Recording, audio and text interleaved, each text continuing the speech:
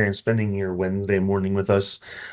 We are in the midst of another pretty large scale change in HMIS, but it's for the better, I believe, we believe. And so this is our kickoff meeting to sort of talk about what's going to be happening and what we need from you in order to get this rolling. So a couple things first before we get into the inventory details. We're going to just talk a little bit about housekeeping. So, like I said, I'm going to record this and we'll make it available on our website along with the slide deck here. Please stay muted if you're not talking or asking a question. But if you do have a question, you can raise your hand, you can put it in the chat, or you can just unmute yourself and interrupt me. That's okay. And then, of course, please share this with whoever you feel it is necessary that they view it. At the end of this, you're going to have some homework to do for us, but then the real fun really starts on our end to get everything configured. So I want to make sure that everybody has access to this, and if they're not here, they couldn't be here today, they can still get the information they need. So please send it along. So let's move ahead and look at our timeline here. So we're at the kickoff meeting. So thanks again for being here. We've set a tentative deadline for the end of the year for you all to submit what we're calling unit spreadsheets. And we're going to go over those at the end, so you'll know what those are. And then we've set a deadline for ourselves to configure everything by the end of January. And you'll notice from there, the dates are sort of up in the air. We're going to have an in-depth sort of training for all providers that need to have the training. Then we're going to have a go live date set, and then we're going to have sort of office hours after that. It's not that it's complicated, but we want to make sure we're available to you if you have any questions and whenever you need something regarding this inventory module. So let's talk about why we're doing this. So what inventory is a module that's designed for the analysis of available and occupied units. It allows us to really get in-depth referral information about that's associated with a specific unit. And we'll have the access to occupancy related enrollment information.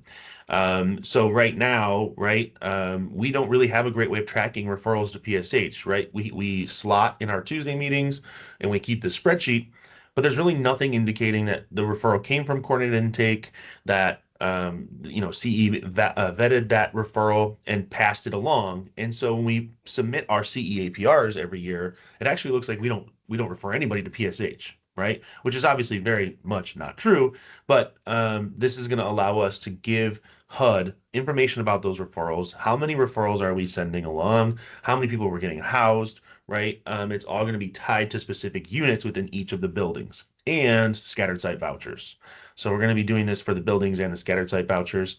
If you're familiar at all, some of you might not be, but we have what's called the outreach module as well. So it functions very similar to that, where you go into the menu and you can go into the inventory module, which is a whole separate sort of bit of the system. And we're going to show you some screenshots of what it looks like. But there's going to be a lot more detail about what it is that you're expected to do within the module, what the workflows are. All of that will come at the in-depth sort of training. This meeting is really designed to get you familiar with the concept of inventory, what the purpose of it is, and then what we need from you. So, any questions so far? I know it's sort of vague, ambiguous, but any questions so far? Okay. So, Amanda's going to walk us through what the configuration at a high level looks like. Thanks, Nick. Yeah, so I get to go into the meat and potatoes of what our inventory is going to look like. There's 5 different layers to inventory, and it goes from top to bottom. So at the top, we see the site. This is going to collect site-specific information, such as location, I believe the geography of where it's located, any COC specific information, and any other information that's directly related to that site. Underneath the site level, then we go to our building level. This collects, again, specific building information, such as building names, descriptions of the buildings, and some more information on the location. I know Nick mentioned some scattered sites, but if there's a standalone or any scattered site or voucher, it probably is not going to have a building to it. So just keep that in mind. So then after the building level, we go down to our unit configuration type, the UCT. This is really important when we're building out the inventory module in HMIS, and we'll get more into the details of that, I believe, in the next slide. But the UCTs collects bed unit inventory information. The UCTs are created within a building. And what that looks like is there's a template associated to the units, similar to how in HMIS we have templates associated with specific programs. A template is going to be specific to each UCT. Then underneath UCT, we have the unit level. This connects to the different unit configuration types. Start dates are entered here, and information collected that describes unit attributes. I also want to note that the unit level is assigned to head of household, and it's usually what we were told it's good for singles to have. Because then underneath the unit level, we have our bed level. This collects bed population types. However, while we were going through the training, Nick and I thought that we would opt out of this for COC for different reasons. It can get a little bit complicated, but also because the bed layer gets a little bit more details, such as where it is linked to every member of the household. So again, this could be good for families. Also on this level, we have different attributes that we could collect that describes the different beds, such as like if it's a bed, excuse me, a bunk bed, for instance. So we kind of want to open it up to you guys to see if this is a need for our continuum right now, if we want to start collecting, or if we want to include inventory on the bed level. Again, for families, it's connected. We'll see for each household member. But again, that kind of adds to the process that's going to be needed on your end. So I kind of want to open the floor just to kind of get your first ideas on what you guys think if our community should track beds.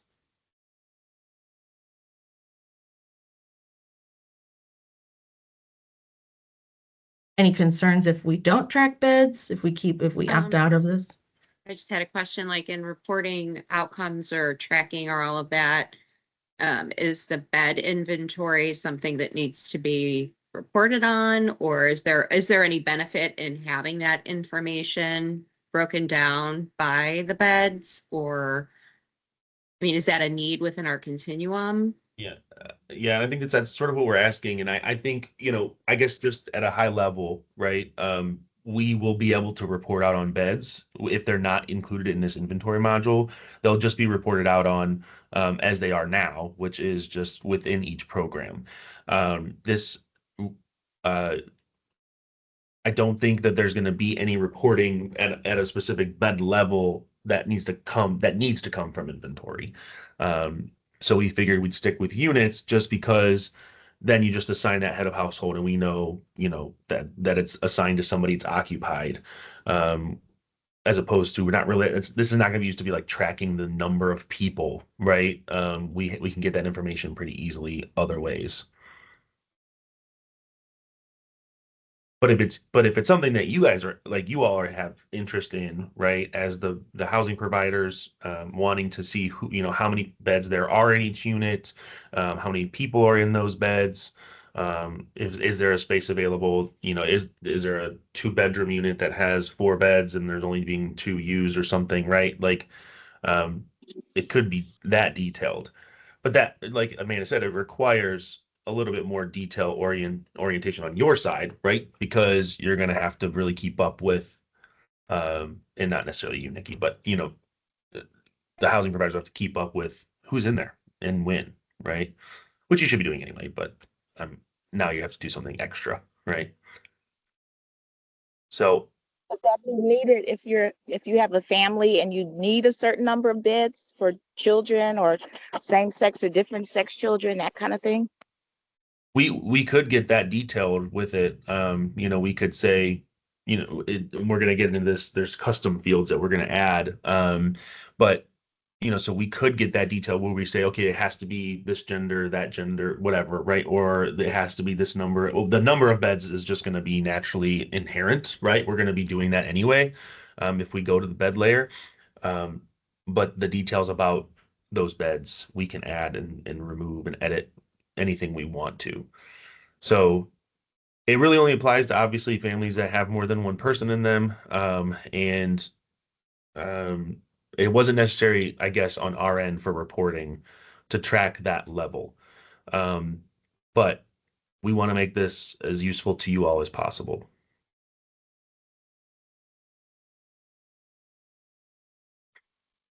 And this could also be a question that we come back to, right, when you have more detail about what it is that you're going to be looking at. But because of what we have to configure, right, we would need to know that before we do the spreadsheets that I'm going to show you, because that it requires a whole different level of detail. So if we're okay with just sticking with units for now, we can just move forward with that. And does anybody object to that? No? Okay. Okay. Nikki, I see you thinking. I mean,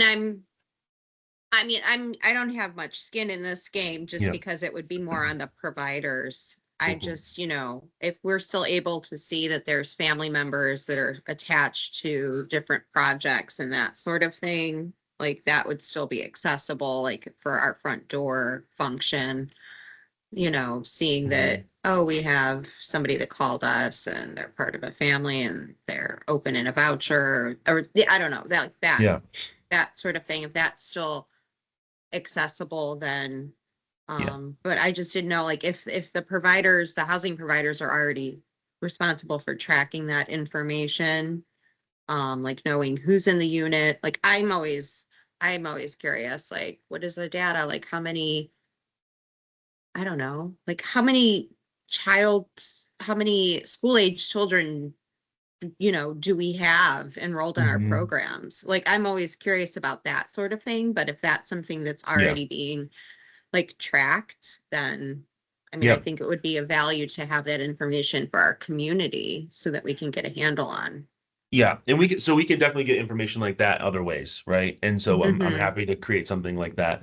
Um, this really think about the inventory module as, purely housing referral related.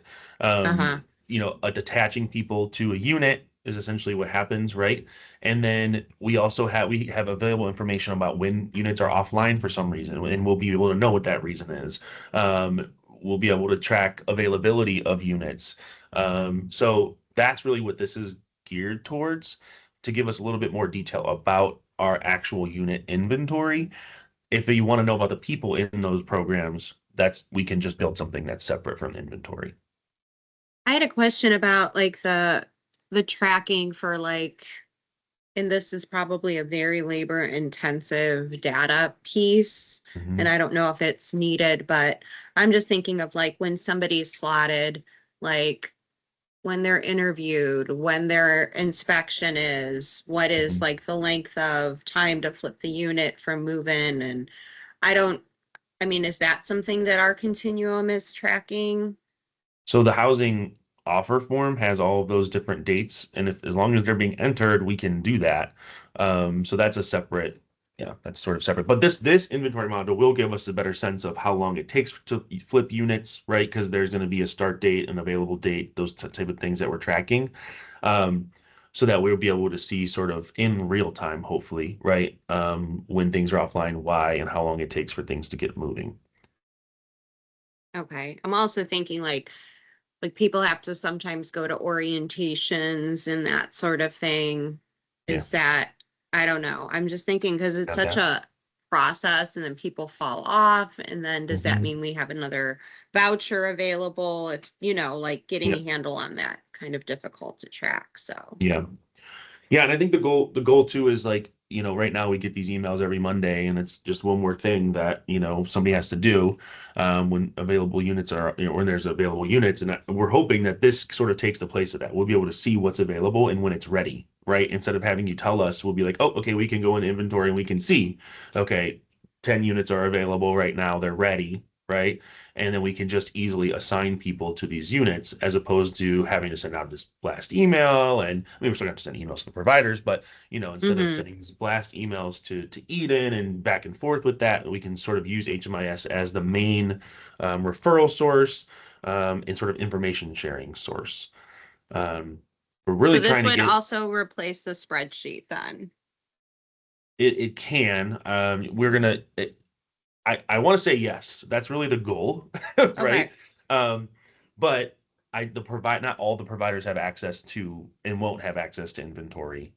So either we have to pull it out of inventory to send out to those providers who aren't in HMIS, which most should be, of course, because we're actually getting to the USHAP, right? Everything's going to be done in HMIS, but um, there is an off chance that people don't have access, and so we do need to have some mechanism to get that information out there. But yes, my goal is to use the inventory module, the unit queue, which we'll talk about in a second, to really drive that process, along with the my name list, of course. Okay, so good conversation, good questions. I am gonna move on, or Amanda's gonna move on. We're gonna move on to custom fields, and talk a little bit about that. All right. So custom fields, I touched a little bit about this on the last slide. Depending on what layer we're in, we could add some custom fields to each configuration. So the examples include for a site specific could be the neighborhood it's in, if it's secured access, maybe if there's a person at the front desk, things like that. Building could look like 24-hour staff, elevators, if visitors are allowed, if there's any pet restrictions. And then something that's tailored to the unit could look like if there's a bathroom, if it's a kitchen available, or if it's ADA accessible. Um, so we kind of want to open up the floor to all you guys again and discuss some things that may be related to our community and different custom fields that we can tailor while Nick and I are building this out in HMIS. Of these custom fields. So I think Nick is gonna, yeah, we're gonna break it down by level, or layer, excuse me, and we're gonna take some notes based on your recommendations. So starting off with the sites, do you guys have any idea of what custom fields we could tailor to the sites that we have in our community right now? What you guys, Well, would it be, I mean, some projects have specific age requirements. So yeah, it could be here. I think that can also be at a building level. mm-hmm. So, What and I is the think, by the difference way, between a yeah, site and a building? yeah, that's a good question. So, in our community, there's not much, right? Usually, what that means is like, okay, we have a site. In other communities, they'll have like a set of buildings all in the same area. So they call that the site, and then each individual building on that site would have its own name, right? But in our case, a lot of those are going to be the same. The site and the building are going to be the same. Now, I was thinking about the only difference would be the Green Bridge, right? Both Green Bridges are on the same site, but they'll have two different buildings, right? Yes, and they also have Yeah. different bedroom occupancies, or one's an efficiency and one is a one bedroom. Yeah, So yeah, to differentiate that. Okay, right. gotcha. The safe havens kind of be like sites, and then isn't there like safe haven like 1, 2, and Yeah, 3, right? yeah, and those, so that would be would be individual buildings too, because they're not on the same site. I But put we in don't the slot Um, for the safe havens. Yeah, and Yeah. we're not. Yeah, that's not going to be a part of this, but Okay. I did just put Even in the though chat, we, just so okay. sorry. And just think of like a site as a campus. I think that word was used in our training, like it's one location where the buildings could be the different locations. I hope that's helpful.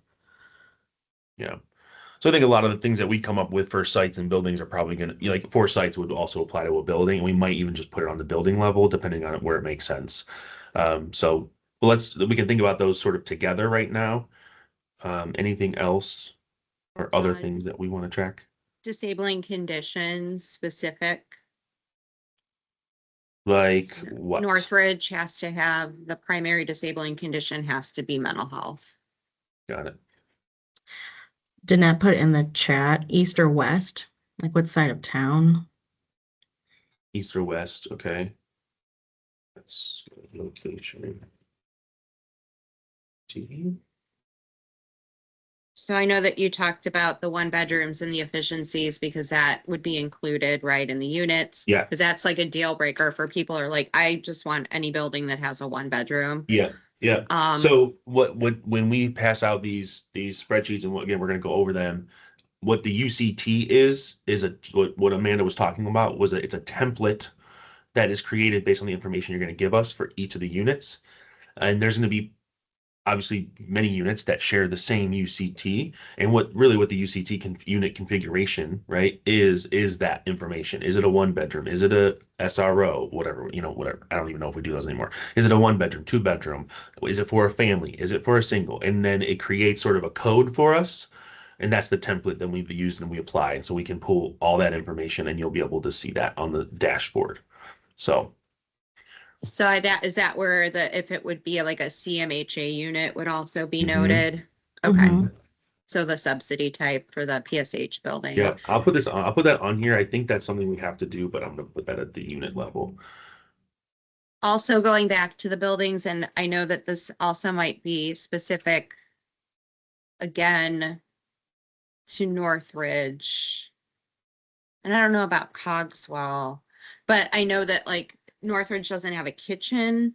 So like there's a Mhm. communal like kitchen space, which is often, that can be a deal breaker for people too, because they want their own kitchen, which Yeah, I get it. So I was thinking of I some think of they should the put that here.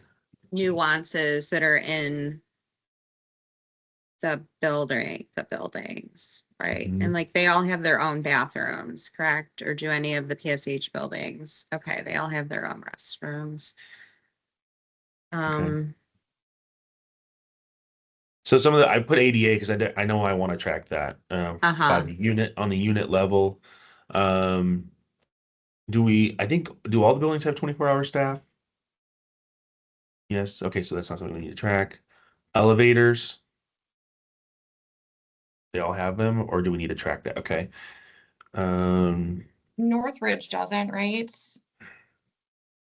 Northridge is on first floor, so they don't have an Right. elevator, so they don't Right. need one. okay. Well, I mean, I guess so it doesn't sound like we need to track that so much because we know that if it needs it, it has it, right? Is that fair enough to That's say? fine. Okay. Yeah. All right. Let's see. Cogswell serves 2 meals per day to residents. Is that just something Okay. unique to Cogswell, or do you need to add an amenity like that? Yeah, that's a good one. That's a good Kitchen one. access, Mhm. meals provided. Mhm. I'm just looking at some of the examples they gave. Is there any pet restrictions per building, or are they all the same? They're all the same for us. Does it matter if the service provider is listed? Because some people Mm. don't want to be with certain service providers, That's a good one. Good point. Mhm. which is subject to change, but I Yeah. think all of this is subject to change. Yeah. Yep, of course. What about building amenities like computer rooms, community rooms, things like that? Those are good examples. Parking, which usually some parking is gated, some parking is connected. I don't know if that's something you want to add. Yeah, gated. It's kind of like, if you were looking for an apartment, what would be some of the things you'd be looking Yep. for? What are your Mhm. Yep. desires, deal breakers? Well, and also, I mean, Laundry. Laundry. yeah. Oh, yeah, ahead, that's go ahead. good. But that's usually on site. It's not in unit, but Yeah. I mean, think about. I mean, the other thing to consider is that yes, it's meant to be sort of an information system for us to get this kind of information, but at the same time, if we know it as the providers, right, and we don't need to pull any information or track anything, right, we don't have to add these things. So if it's important to you all to know, that these units have these amenities and these things going for them, and maybe they are always occupied. The time it takes to turn over is less, right? Like that's something we can combine all those things and we can pull reporting on that. If you're not interested in that, right, then we don't have to add all these custom fields. I'm just thinking from a services standpoint, like, and I'm kind of out of the game and many years have been, but aren't there life skills workers at some of the PSH buildings? I'm not, yeah. I don't know which buildings. And then like, do all of the PSH buildings have like employment services available? I think that would be like subs under service providers because they would be responsible for those different individuals representing the property. Or, so yeah, I would put those like under service provider. So like, That's like a sub, yeah. Because I mean, if we know somebody has more of us, like would benefit more from a site that had a life skill, like they can have a conversation with their shelter worker and we can make sure that they have buildings selected that have life skill, I'm just thinking from that perspective as well. yeah. Under sites would it help to add like bus routes or nearby amenities? Mhm. Like, we try to structure buildings to be in proximity to life in grocery stores and hospitals and things like that. But Yeah, I think that's a good one because a lot of that time that comes up in conversations about, what's around there for the participants. I think maybe also because we do have some properties that accept low tier sex offenders. We should say proximity to churches and schools. Yep. And some of the buildings have HUD VASH vouchers. I don't know, but like we don't specify, I don't know if that's something that you wanna. Yeah, I think that'll fall under the subsidy type. We'll probably have that there.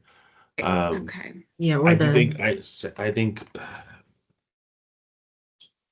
don't know. I know that this comes up often where people are like, "Can sex offenders go to this building? Can they go?" Um,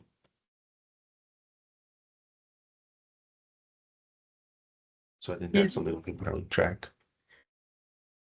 Go ahead, Rochelle. Of course, no, I'm saying that was an ages on there. I was just thinking about the Lotus really quick. Yeah, It's up there. And Yeah. family. Do we have building up there that accepts family? Because everybody doesn't accept family. yeah, and so the families thing, like single versus family, is going to be at the UCT level, so that'll be tracked. Okay. Yep. Okay, I think this is good. I think this is good. And if you think of any more, of course, let us know. Um, we'll go through this list and we're going to add it to the spreadsheets that we're going to be passing out to you so that you can provide that information for us so we can configure it at that time. I was gonna also just add, doesn't South Point and the Winton have like those row houses? Like those are kind of like a real specialized. I think that would go in units because when we list like what our units are, we would list that it would be, like a row house or what have you. What is It'll that? be, I don't even know what that is. yeah. It's like a townhouse. They're separate. Well, not Oh. even like a townhouse in all cases, but they're just separate individual units that aren't in the stack. They're in the row. Oh, they're not attached to the building, but they're included in the inventory. They're attached to each other, so they're not interesting. single houses. Yeah. They're actually very nice. Okay, so maybe they're in that would be something that the UCT will give us too. It sounds like. Yeah. Yeah. Okay. All right. Thank you for that. We're gonna go ahead and on here. You guys are all gone. Okay. Sorry, excuse me. Throw up while I go through. Okay, so let's talk a little bit about referrals and how this is going to work. So coordinated entry again, they're going to keep doing the same thing they've been doing. They're going to be making referrals directly to the units though that are marked as available and unoccupied. Through what's called the community, or we're going to probably refer to more often as the unit queue. So we are going to have each of the units, as we configure them, will be on a queue showing as available. And that's how we're going to know that somebody can be attached to it. It allows for direct referrals to those units, and it allows for the housing provider to pull the referred applicant from the queue and assign to the unit. So we can go one of two ways, and when we think through the workflows later, after we get everything configured, we'll make a decision about how we want to do this. But we can either have, Nikki put people on a unit queue, where what that means is they're just going to be all a name listed, right? And then the housing providers can go onto that queue and pull them and attach them to the unit. Or coordinated entry can just make a direct referral to the unit that's available. So there's two ways to go about it. We just have to figure out which one works best for us. And we'll do that at a later time. But I just want to let you know that, so I have it written. More to come in the specific training because, we don't know how it's going to work quite yet until we really get this built out and see it in front of our faces. As you can imagine, um, before we get into the spreadsheet, let's take a quick look. I pulled some of the screenshots from the help desk articles that are available on Bitfocus's website. And so I want to just show you a little bit about how it looks. So on the left here is what's called the dashboard. So when you go into inventory, you're going to see the unit name and the type. Okay, so we're gonna have names for the units, where if it's available or not, right? And then the building name, so you'll be able to see where it is, and you'll notice that there's rapid rehousing in here as well. So we'll have pretty much voucher names essentially instead of units, right? What program or agency they're available through, and if we go to the bed level, it'll tell you how many beds, are available in that unit. You can also see that people use inventory for their shelters. We've opted to not do that. We're just going to focus on housing inventory because of where we're at in our community. So this is the dashboard look, and then when you click on one of them, this is sort of the detailed look about the unit. So you got the name of the unit, the type, all the stuff that was already on here, the address. But then when you look at the unit details, this is where all those custom fields will show.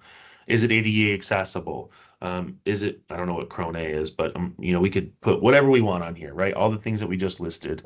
So we'll be able to see details about that unit. Down here is the unit configuration details. So all the stuff that we just talked about will be here. And we'll be able to get all that information in one place. Okay. And so it's geolocation based as well. So we'll be able to put those sites in the buildings where they're actually at in our community. And this is just a different view. It shows you how many units we have, how many are available, how many are occupied, right? So we get high level stats about, what's going on in our community. Instead of me having to come to Eden and the Y and, do all those things and try to get the information and piece it all together.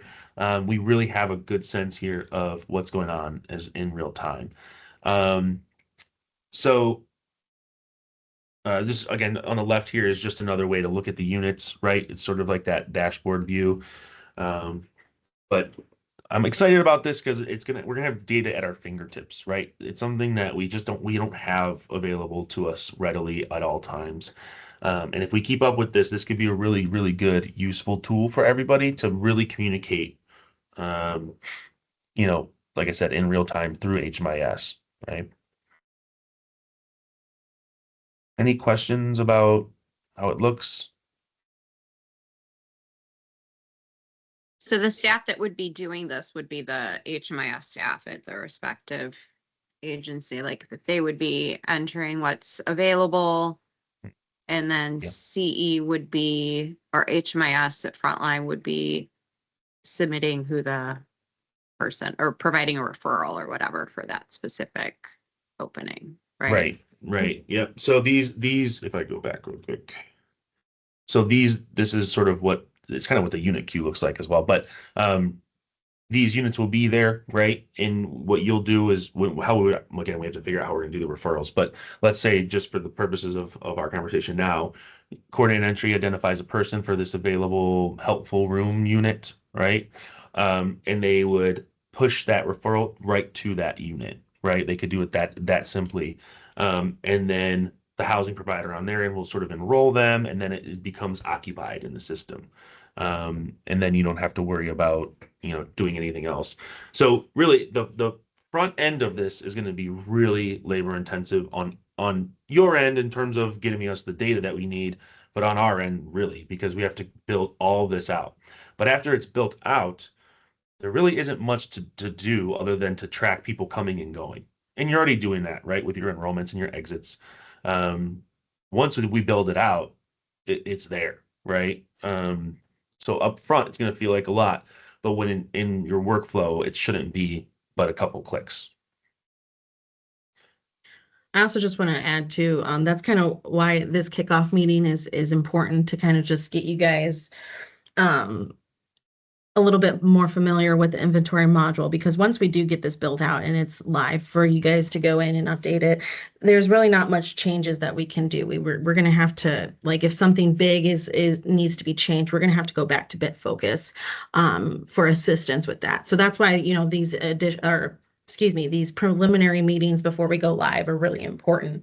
I also do want to reiterate that we have a lot allocated additional license types in case you guys all need more staff in the system. So just keep that in mind, as we're going through these kickoff meetings and, trainings, that if that is a need, feel free to reach out because we do have that capacity. And will this be something that the provider, like the referring parties are able to see? Will they also have access to this? Is there, where there'll be, is there a restriction on who can go in and slot people? Yes. Yes. Okay. Yep. So like, So people don't we're just slot, I mean, not Yeah, that I no, would no. ever think that anybody would ever do that in our Yeah, yeah. continuum. Yeah. But I just want to make sure that there's like, Mhm. some level of censorship and as to Yep. who can do, okay. Yep, Like there what is. And their so we'll be permissions are. creating Yeah. access roles. Yeah, if we haven't Mhm. already. I mean, I think some of them have already been built out because of the outreach or whatever, but we're going to be building out access roles. Certain people will be able to be matchmakers, it's called, right? And then there's certain people which are essentially people who can make those referrals and tie them to units. And then there's just gonna be people who can view the dashboard, right? Mhm. So we'll maintain a level of security, if you will, over it. Okay, good. And once we get that all configured or built out in the system, we'll be sure to go over that in the more in-depth trainings and whatnot of who can do Yeah. what. Okay. All right. So what we And need it'll from come you. up like a map like that. Yeah. That's pretty cool. Mm-hmm. I'm amazed at like how many people don't know where buildings are, but they're slotting their people for them, and then Mm-hmm. they'll ask us like what the address is. And I don't even know where they all are. And I've been in this community doing housing for a long time. Yeah.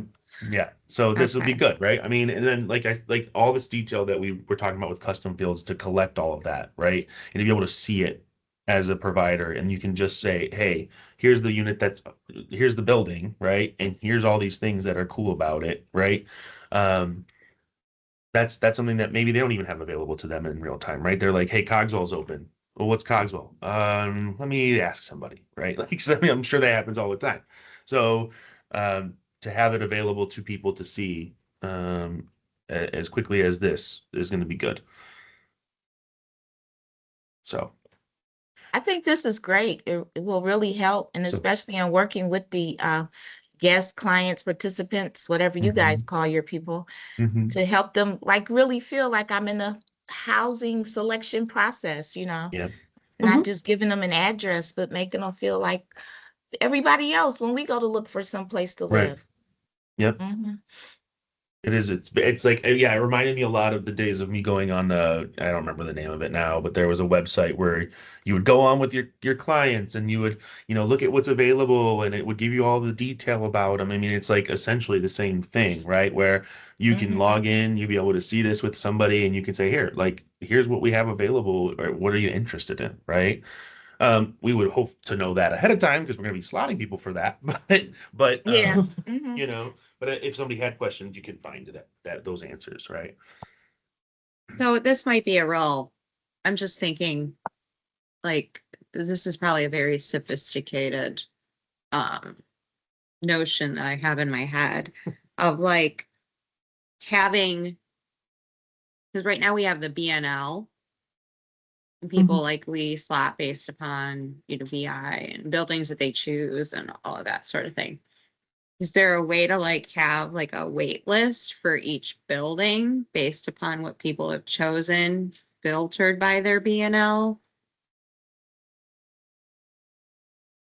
I think there was, if we went a different route besides doing the direct referrals or the community queue. There was a couple different queues, Nick, and I can't remember them off the top of my head, but I think there was one queue where you could have multiple participants refer to that queue, and then it's like the first one that's taken, those other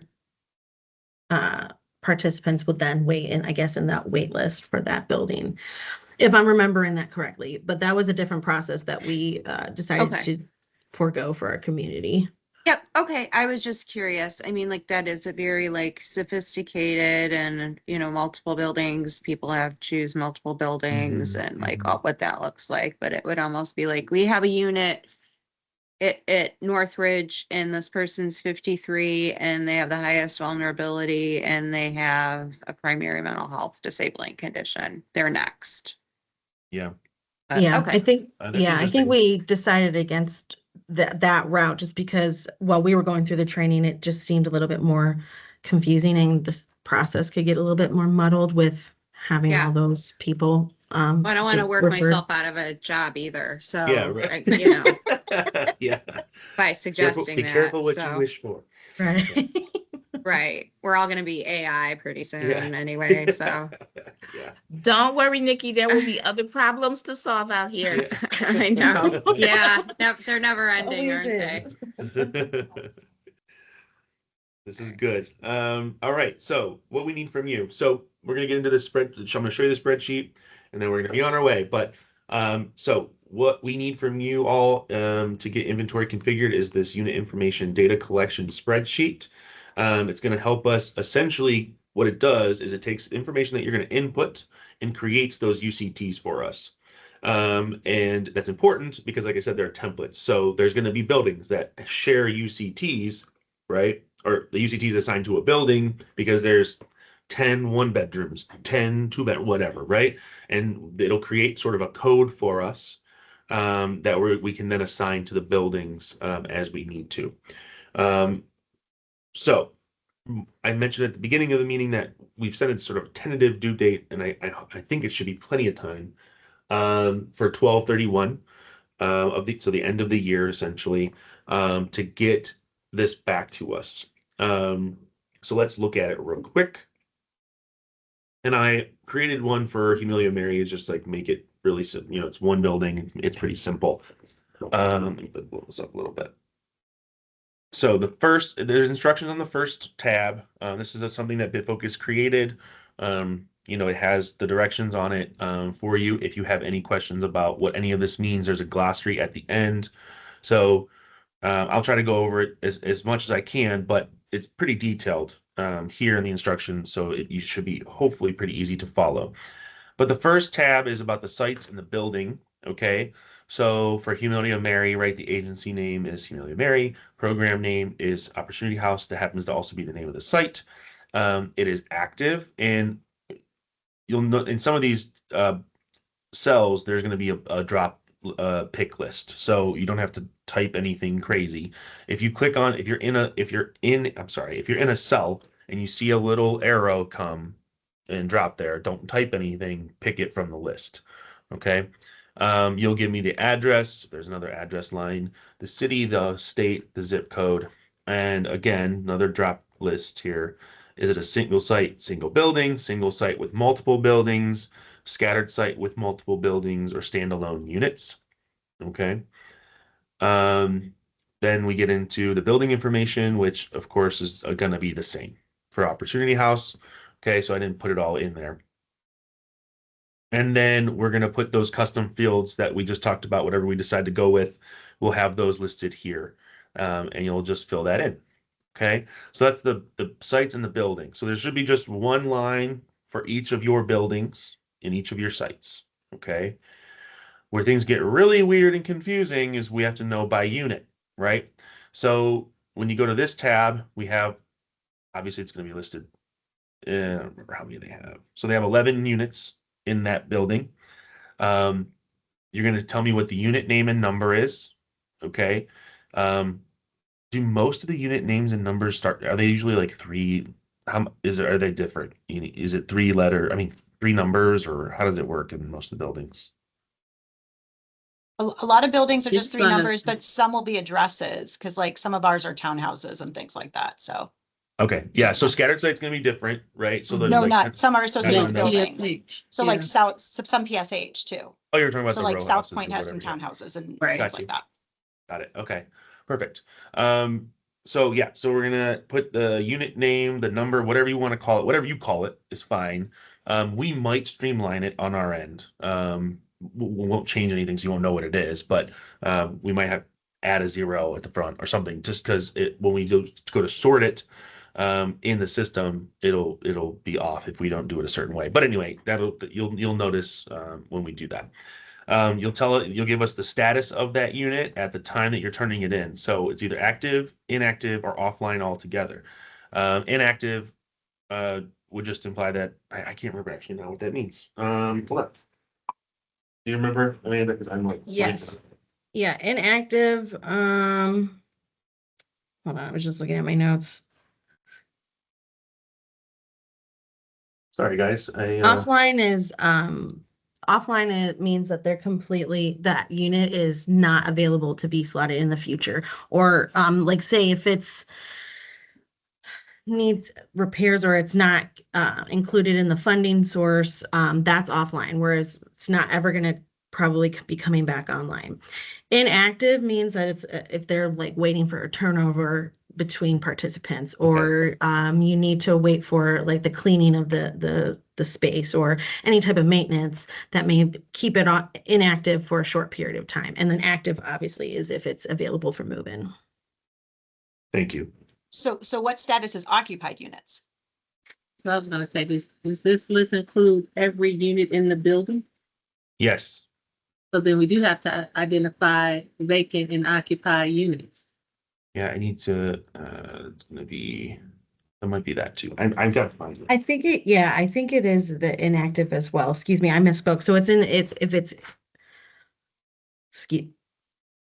taken up by a participant, or if they're like going for those maintenance or the turnover. So as inactive essentially means like somebody is either in it or it's inactive at this period of time, but if somebody moves out or the inspections or the maintenance gets done and then it comes back online. Offline just means that it's not going to be available. There's not going to be any occupancy in that unit. So inactive is going to be used interchangeable then between those two. If that makes sense. Excuse us, sorry. I know we were confused too going through the training, so we just wanted to make sure that we're giving you the correct information. It confused me a little bit, so I do want to just ask, just to try to simplify it. Active means that it's available for slotting, and inactive Yes. means it's occupied. And offline means it's in that maintenance stage where it's not available yet to offer for slotting. Offline means it's not going to be available at all. I don't really remember the examples of why they said that there would be that status of why we would have a unit where it's not going to Maybe be it's because of available. like a fire or something like that, where it's some Yeah, or I think extension. they also use like if it was covered by a funding source at one point, but then it's not covered anymore. The That's loss when of it would go subsidy or off. something. Yes, Okay. loss of subsidy, that would be an offline example. Okay, so just reiterating, inactive means a unit that's occupied right now, or it's not ready for occupancy. And then active means that it's vacant, ready for occupancy. Yes, I believe Nick is Okay. probably Yeah. gonna So get this is clarification a on that. perfect time for us to see this. Believe me, this stuff is confusing. And this is a perfect time for us to look at the help desk article. Okay, so if you go, I included the link on the end of the slide deck to the help desk, specifically the inventory stuff. This is new to us too. Okay, But let me let's see if we can find something about that. All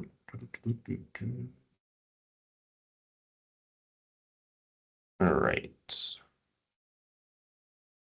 Units.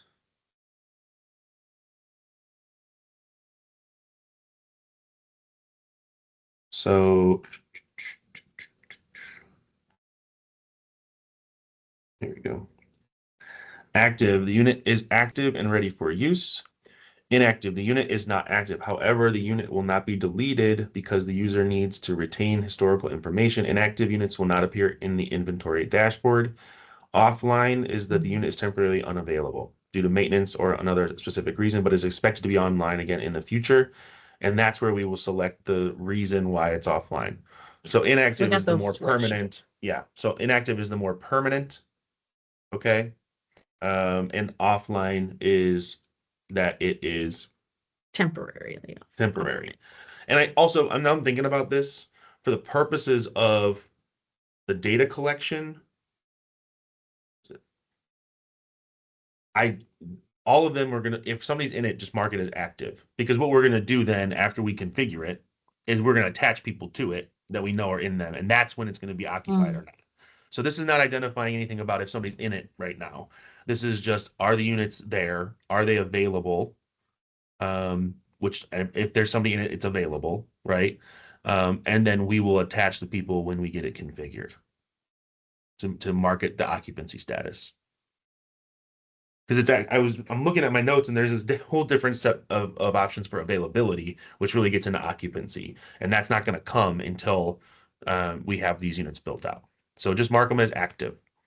Nick, I just want to make sure I'm understanding this correctly. So, and you just explained a lot of it, but like active in terms of the inventory, it's an active unit within the inventory. Is that what that means? Yeah. Okay. Yes. Yep. If there is one that is offline temporarily, okay, you can mark that as such. But I don't think any of the units are like totally unavailable, right? I mean, I haven't heard any of that, but maybe there is. Okay. Yeah. So if there's somebody in it, we'll mark it as active. Deal? Okay. You're going to give us the unit start date, which honestly, if you can just tell us when the building opened, that'll do. The status start date. I might even get rid of some of these dates, by the way, because they're just going to be something we enter on our end. So it might not look quite the same, but I want to make sure we cover the right thing. So the unit size, so how many people, how many bedrooms, right? Wait, maybe I lied. Yeah. Okay. So then we have a drop down box. Okay. So you'll mark the unit size. So as you start to put stuff in here, let's just do this. Active. It's a 1 bedroom. As you start to add things in here, okay, we get this UCT. So this is going to be read only. You're not going to be able to type anything in here. This is going to be the code that's generated for us on our end to mark the template. So this is an adult if it's for adults, but you could do family, children only, what the program type is, which should all be PSH unless it's rapid rehousing, of course. Bed dedications, you can mark here whether it's for chronically homeless people, veterans, youth, right? Let's say chronically homeless. And then we'll have those custom fields here that you'll fill in. But you'll see that the UCT really is created out of what the household type is, the unit size, and any bed dedication after that.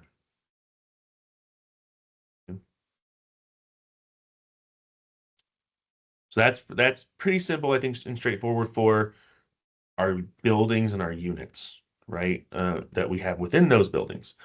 Where things get tricky is where we have scattered sites. So I'm all for however you want to do this as the housing providers who manage this, okay? But essentially, the difference here is going to be everything's going to remain the same here, except for right here, we're going to have to just call it instead of calling it a unit name or a number, we'll call it a program opening or a slot name, right? So you can just call it, South Point Edgewood scattered site 1, 2, right? We just keep going that way. We could do rapid rehousing, mark which rapid rehousing program it is, and you'll tell us how many openings you have. Okay. And not openings, that's not the right word. How many vouchers you have. Okay. But Nick, that's not a fixed number. So what would the goal here be? Would it be a point in time? Like as of the 31st of this year or? Yeah, you can do the 20, you can do a point in time. Whenever you put this together, you can do a point in time. Okay. I would also maybe I would encourage us to just look at how many people we might say we're gonna serve, or how many households we think we're gonna serve on each. I So like that's the goal number, but so much of that is dependent on how expensive the people who are Yeah. already on the program are. So like I guess on our end, we just wouldn't want to make it look like a certain program has hundreds of spaces available if it actually has zero. So like ultimately we just need to understand what you guys are looking for. Like we well, just don't want to misrepresent anything. yeah. So So again, I mean, right now we need to know how many people if you want to do point in time, we can just work with that to start. Okay. And that's not to say that those are available vouchers. It's just that because we're gonna connect people to them, right? But when things do come available, we have to really consider that. I don't know, Amanda, how easy that is. We'd have to look at that, right? How easy it is to add more from there. But I was gonna recommend that we utilize what we kind of have set on our applications. So like Emma, more recently, like our ESG applications, we've done it based off of like 12 months of assistance. So it actually probably is serving, even though we're not totally doing 12 months, but we're saying like we're serving 30 households like on the ESG. And I think if we just follow that, because I think ultimately, right, Nick, we kind of want this to look a little bit so we can kind of see what we're doing throughout the year, similar to kind of how an APR might function, or like, but it's more in like real time, Yeah. right? So my thought process would be utilize what we're kind of saying we're going to serve. So our unit configuration, and Emma, we more recently did kind of a unit configuration too with the ESG applications. I was wondering So- the same thing, because if you put what's in your application, right, that's what your APR is going to be measured against. And you always have the ability, it sounds like, if I'm understanding this, like where you could take some of those offline if you needed to, or they could be inactive. I think there might be a way with the settings. It sounds like that if you did, like if you were paying more and you couldn't necessarily serve all the people that you said in the application, maybe you can make adjustments to that. Yeah, or like for Yeah. instance, you have you have a larger household, so you're serving more people but less units, right? So like this is looking at it from a unit perspective. And maybe that's where we would have to talk about adjustments. That makes sense because I think my concern was just that there wouldn't be this almost data reporting within the system that makes it look like there's a lot of space if there actually isn't. And so I think what you just spoke to makes sense is that we set it up based on functionally the GIW, but then we can take offline as necessary, but then also in theory, we can add, there have been moments in the COC where because so many people come in with income, the HAPs are lower, the rents are lower, and we can actually serve more. And so we don't want this to be so static that we're not flexible to react to things, but because so much is based on the actual costs real time, that won't be known in the future. So. Yeah, I would overestimate, because we can just inactivate whatever is not available, right? That's not a problem. So, does this make sense? Do you have any questions about the spreadsheets? Okay, I am going to send these out, or well, me and Amanda will, to each of you, like each individual provider. We're going to put as much information on it that we can, that we know. But for the most part, it's going to be on you guys to fill it out. We're going to have those custom data elements that we talked about. We'll add them on here, and we'll shoot them out to you, and then you'll have time to fill them out with all of your different buildings. If you have questions, of course, go back to this spread. You're more than welcome to contact us. We're going to be available for you throughout this process. It's something that we're going to be learning together. We went through an 8-week training course on this, and it's still, it still can be rather confusing. I mean, we were on the other end of it, right? The configuration is much more complicated, but I can only imagine that it might not always make sense. So we're going to be available. And like I said, at the end here, I have the link to the BitFocus help desk if you have any questions about, that maybe those articles can help you with. So we're a little bit over, so I'm sorry for taking up some more time. Any more questions before we wrap up? I do have a question, and I don't know if I'm getting Okay. ahead of myself. Because I'm assuming I'm going to be the one that's going to be assisting with the slotting or just making sure that that's correct, or um, if someone slots someone to one of our PSH buildings or several applicants to units that we have that are active, and all of a sudden something happens, just throwing this out there because this is how I think. Like it has before, where let's say we have a fire and we're no longer able to offer those units that have already been slotted due to maybe some water damage and I have to reslot. Will I be able to go in there and move things around? Will I be able to see like in the application if they have any other buildings they might be interested in? And the reason I'm asking this is because you guys said once it's concurrent, it's going to be a little bit harder to go back in and make Yep. changes. So not on your end. So once we configure it, Okay. the configuration is sort of set, right? And we can't reconfigure units. We can't change a lot of the stuff that you're going to give us in these spreadsheets. So that's why it's really important to have these spreadsheets at the beginning. When it comes time for you to actually do the data entry and the HMIS work that you'll be doing or whoever, right? That you have a lot more flexibility. You can go in and inactivate units, take them offline, put them as you're gonna have full reign over your own units. Okay. And yes, if somebody's slotted for a specific unit, and this is probably why I'm leaning towards not having CEs assign them to a direct unit and having you all do that, is that we'll put them on a queue and then you can go in and grab them and put them where they need to go. So you'll have more of an Okay. idea and more control, right, over what unit somebody actually ends up in. Now we hope it's going to be the one that we slot them for, of course. But like you Yes. said, things can happen and then you'll have some more leeway, right, to do what you need to do. So Okay, thank we'll you. get into the Yeah. workflows. Yeah. Good question though.